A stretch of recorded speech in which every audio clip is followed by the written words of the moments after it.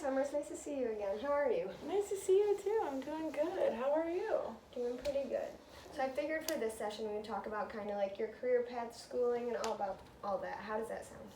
Sounds good. That's something I really wanted to talk about with you. So Awesome. That works out perfectly. Can you remind me again what you're going to school for? So right now I'm going to school for occupational therapy. Gotcha. Can you tell me a little bit about where you are in your program, like clinicals and stuff like that? Yeah. So right now I just finished my first year of the program. So I'll have an additional 2 years to go. Gotcha. What are you going to do in those 2 years? Is it just more classes? Yeah, so it's more classes, but it's also you do field work when you do a level 1 field work where you work with different clinics around the Kalamazoo area, and you get like some really good experience. And those are like shorter periods of time and less like intense. And then the last semester of the program, you do like 8-week long level 2 field work. And here's when you'll get tons of like clinical experience, and you'll really be like head on working with a client. That's awesome. So it sounds like the first couple years are just like classes, and then you really get to do your job like the second one's for the clinicals. That sounds awesome. Have you always known you'd want to be an occupational therapist? I think it really stemmed from growing up. My mom, is an occupational therapist assistant. So she really loves her job and, helping people and the people she works with and the setting.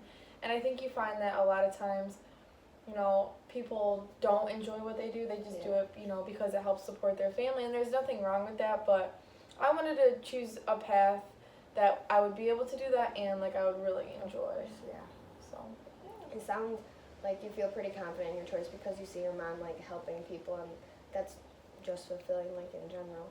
Yeah, I definitely knew, going into school, that's what I wanted to do. And I think, the more I learn about occupational therapy and exactly what it is and what we do and how we help people in such, a client-centered, holistic way, I just fall more in love with it. Yeah.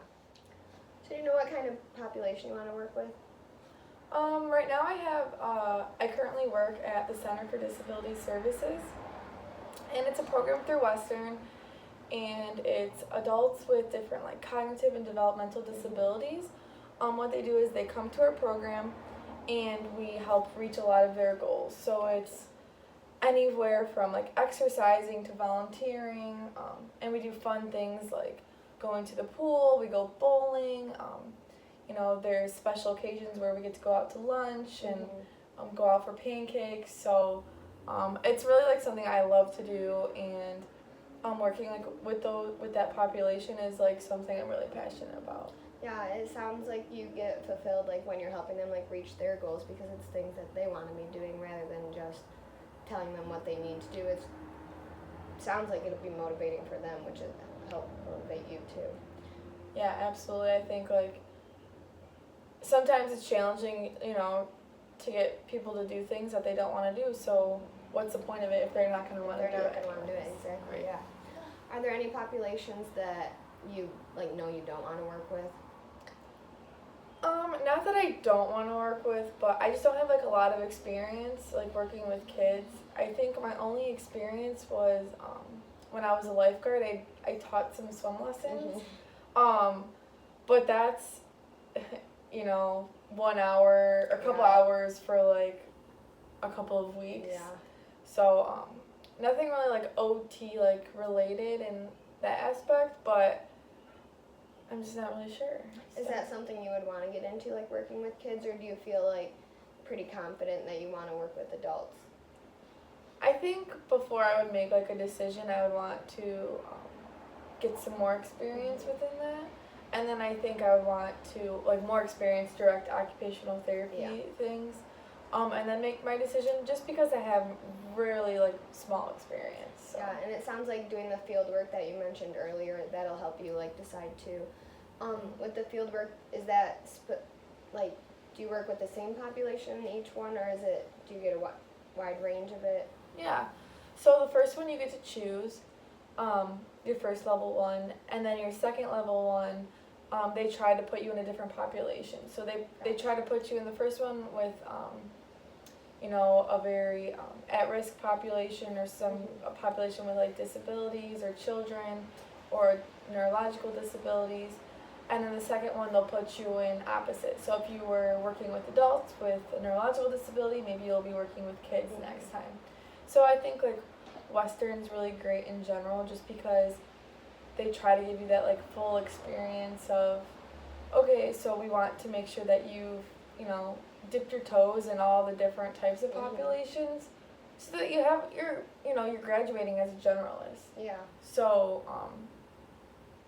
try to find really what your niche is important. And that sounds really important. I think that, like, as you mentioned, like through field work, even graduating with that generalist degree, like, doesn't tie you down to like one specific job. So like you said, maybe you want to get experience with kids, like you can do that once you have your degree with different things. That sounds pretty cool.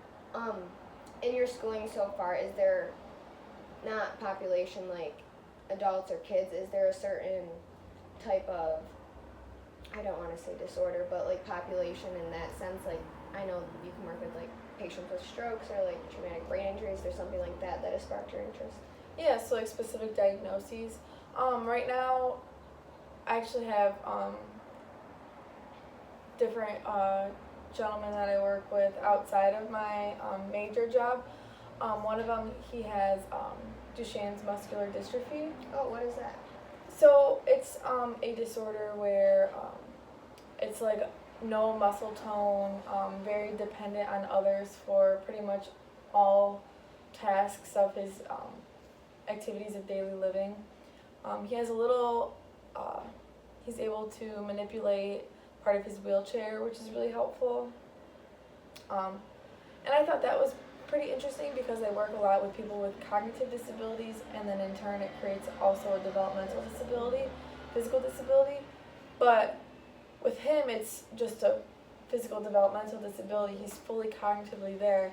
So I think it's interesting. I really enjoy working with him because what I do, he can like verbalize how meaningful that is. Yeah. Not saying that I do it to be praised, but it's really great whenever he's able to like advocate for himself.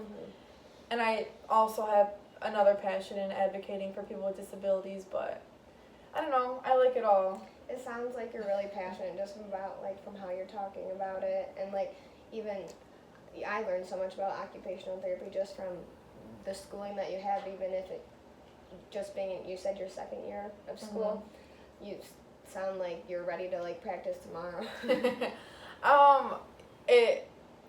It is something that I know I'm gonna enjoy, and I hope, like right now I'm just like trying to dive in and figure out like everything that I can know to like be great at it.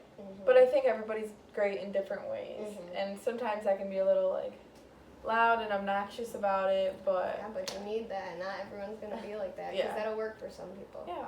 So I'm glad I got to hear about like what inspired you to become an occupational therapist, your program a little bit more, and even like different populations. And I'm excited to see like how that grows and changes throughout your schoolwork. And thanks for meeting with me today. Thanks. Thank you. Have a great day.